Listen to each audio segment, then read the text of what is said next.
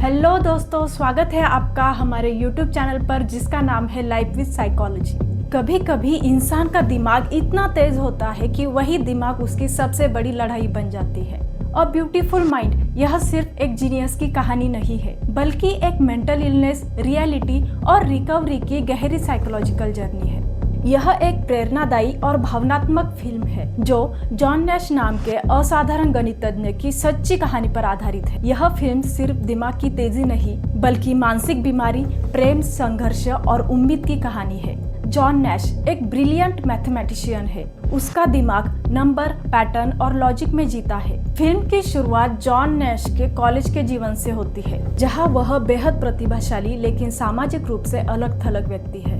लेकिन साइकोलॉजिकली देखें तो नैश में कुछ बातें शुरू से ही दिखाई देती है। लोगों से दूरी, इमोशन एक्सप्रेस ना कर पाना, ऑब्सेशन और अकेलापन, यह सब दिखाता है कि वह सोशली डिस्कनेक्टेड जीनियस है। शुरुआत में हमें लगता है कि जॉन नैश बस एक अजीब इंसान है, पर धीरे धीरे फिल्म हमें एक सच्चाई की तरफ ले जाती है।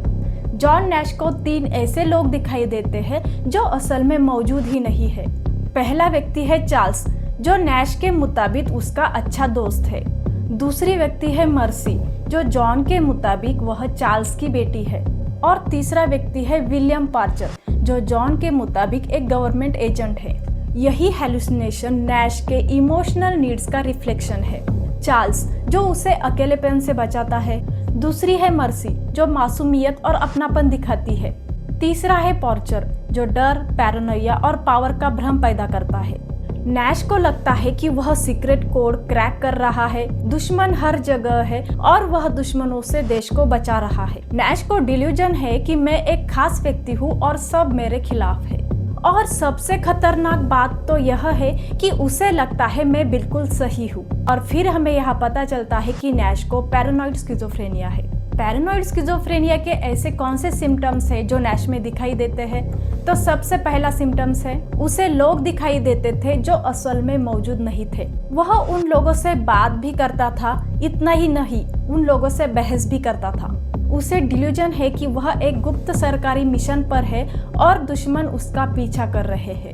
वह हकीकत और कल्पना में फर्क नहीं कर पाता, अकेला रहता है और समाज से दूरी बनाकर रहता है। चेहरे पर भाव कम है, अचानक गुस्सा, बेवजह डर जाना और हर समय चौकन्ना रहना, हर चीज में पैटर्न ढूंढना, सामान्य बातों को भी बड़ा अर्थ देना, अखबार, दीवारें, कोड में छुपे हुए संदेश देखना, बीमारी का एहसास न होना, इलाज करने से मना कर देना और कहना कि मैं बिल्कुल ठीक हूँ, हर किसी व्यक्ति पर शक करना और यह मानना कि लोग मुझे नुकसान पहुंचाना चाहते हैं। उसका इलाज शुरू होता है, हेलुसिनेशन कम होते हैं, लेकिन उसके इमोशन भी मरने लगते हैं, यहाँ तक कि उसकी क्रिएटिविटी भी कम हो जाती है। इसीलिए जॉन नैश अब दवा छोड़ देता है। साइकोलॉजी में यह बहुत ही कॉमन है कि बीमारी से ज्यादा इंसान साइड इफेक्ट से डरता है। इसी बीमारी के चलते वह अपने खुद के बच्चे को भी मारने की कोशिश करता है। वीडियो को एंड तक जरूर देखें ताकि एंड पार्ट में मैं आपको बताने वाली हूँ कि उनके उस बेटे के साथ आगे चलकर क्या हुआ।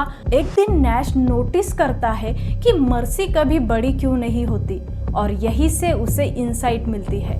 साइकोलॉजी में इंसाइट का मतलब है बीमारी को पहचान जाना, पर पूरी तरह से उसे खत्म न कर पाना। इसके बाद नैश हेलुसिनेशन से लड़ता नहीं, बस उन्हें इग्नोर करना सीख जाता है। वह उनसे बात नहीं करता, यहाँ तक कि उन्हें रिएक्ट भी नहीं करता। यह टेक्निक कॉग्निटिव थेरेपी से मिलती है। अगर दिमाग को पावर ना दे तो वह तुम्हें कंट्रोल नहीं कर पाएगा। जॉन नैश की केस में लव उसकी सबसे मजबूत थेरेपी है। एलिसिया जो जॉन नैश की पत्नी है, वही उसका इमोशनल सपोर्ट है और वही उसे रियलिटी से जोड़ने वाली कड़ी भी। साइकोलॉजी कहती है स्टेबल रिलेशनशिप मेंटल इलनेस में रिकवरी को आसान बना देती है। लव इलाज तो नहीं, पर सपोर्ट सिस्टम जरूर है।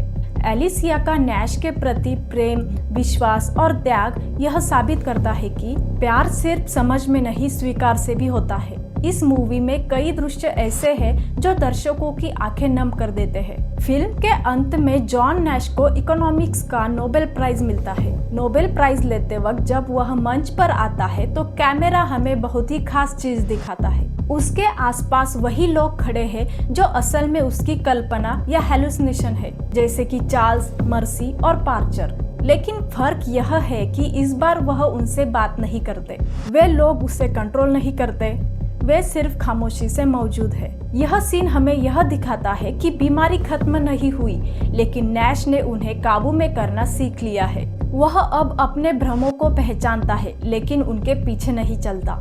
और यही स्किज़ोफ्रेनिया के साथ जीने की सच्चाई है। इलाज से बीमारी जाती नहीं, पर इंसान उससे ऊपर उठना सीख जाता है। इस सीन में छात्र अपने पेन जॉन नैश को देते हैं। पहले जिसे अजीब समझा गया, वही अब सम्मान और प्रेरणा का प्रतीक बन गया। उसने पूरी जिंदगी दिमाग से सोचा, लेकिन उसे जिंदगी का असली अर्थ प्यार से मिला। जीत सिर्फ ट्रॉफी नहीं होती, तो सबसे बड़ी जीत यह है कि खुद से लड़कर खुद को स्वीकार करना। महानता उस दिमाग में नहीं तो उस हिम्मत में होती है जो टूटा हुआ दिमाग भी संभाल सके।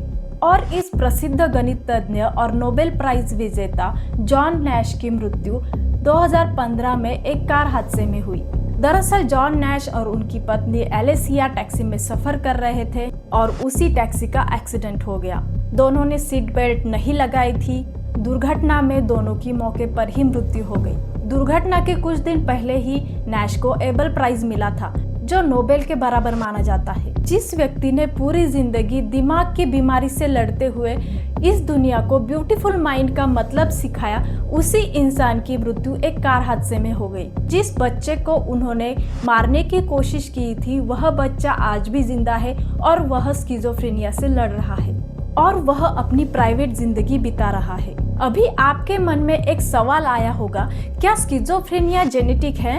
तो हाँ, स्किज़ोफ्रेनिया में जेनेटिक भूमिका होती है, पर यह 100% वंशानुगत बीमारी नहीं है। जहाँ सामान्य व्यक्ति के बच्चे को स्किज़ोफ्रेनिया होने का चांसेस 1% होता है, वही अगर माता पिता में से किसी एक को स्किज़ोफ्रेनिया है तो बच्चे को स्किज़ोफ्रेनिया होने के चांसेस 10% होते हैं। अगर सगे भाई बहन में से किसी को स्किज़ोफ्रेनिया है तो बच्चे में स्किज़ोफ्रेनिया होने के चांसेस 10% होते हैं। और अगर माता पिता दोनों को स्किज़ोफ्रेनिया है तो बच्चे में होने के चांसेस 40% होते हैं। और यही आइडेंटिकल ट्विंस में होने के चांसेस 40 to 50% होते हैं। स्किज़ोफ्रेनिया आमतौर पर जेनेटिक्स प्लस एनवायरमेंटल कारणों से होता है। स्किज़ोफ्रेनिया जीन से आ सकता है, लेकिन समय पर इलाज और समझ से इंसान एक अच्छी जिंदगी जी सकता है। अ ब्यूटीफुल माइंड हमें सिखाती है कि पागलपन और प्रतिभा दुश्मन नहीं होते, कभी कभी दोनों एक ही दिमाग में रहते हैं। आपको यह मूवी एक्सप्लेनेशन कैसा लगा मुझे कमेंट करके जरूर बताओ। और अगर आपने चैनल को अभी तक सब्सक्राइब नहीं किया है तो जल्दी से जाके चैनल को सब्सक्राइब कर लो। मिलते हैं एक और मूवी, एक और कहानी, एक और डिसऑर्डर के साथ। तब तक के लिए चैनल को सब्सक्राइब करो, वीडियो को शेयर करो अपने फैमिली और फ्रेंड के साथ, ताकि यह इन्फॉर्मेशन आपके साथ साथ उनको भी हेल्पफुल हो। Thank you.